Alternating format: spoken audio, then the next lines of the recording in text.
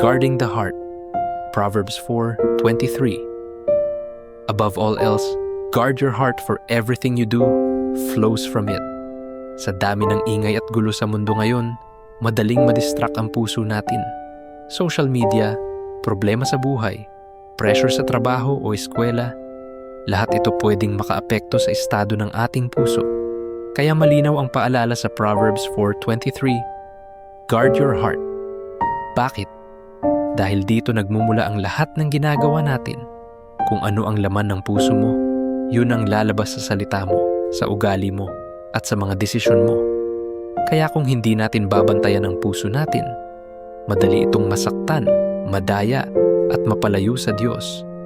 Pero paano nga ba magbantay ng puso? Una, punuin ito ng salita ng Diyos. Ang puso na puno ng katotohanan ay hindi basta-basta natitinag.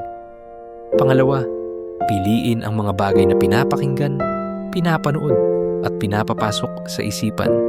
Pangatlo, maglaan ng tahimik na oras kasama si Lord araw-araw. Sa dami ng kaguluhan sa paligid, kailangan ng puso mo ang kapayapaan na tanging si Jesus lang ang makakapagbigay.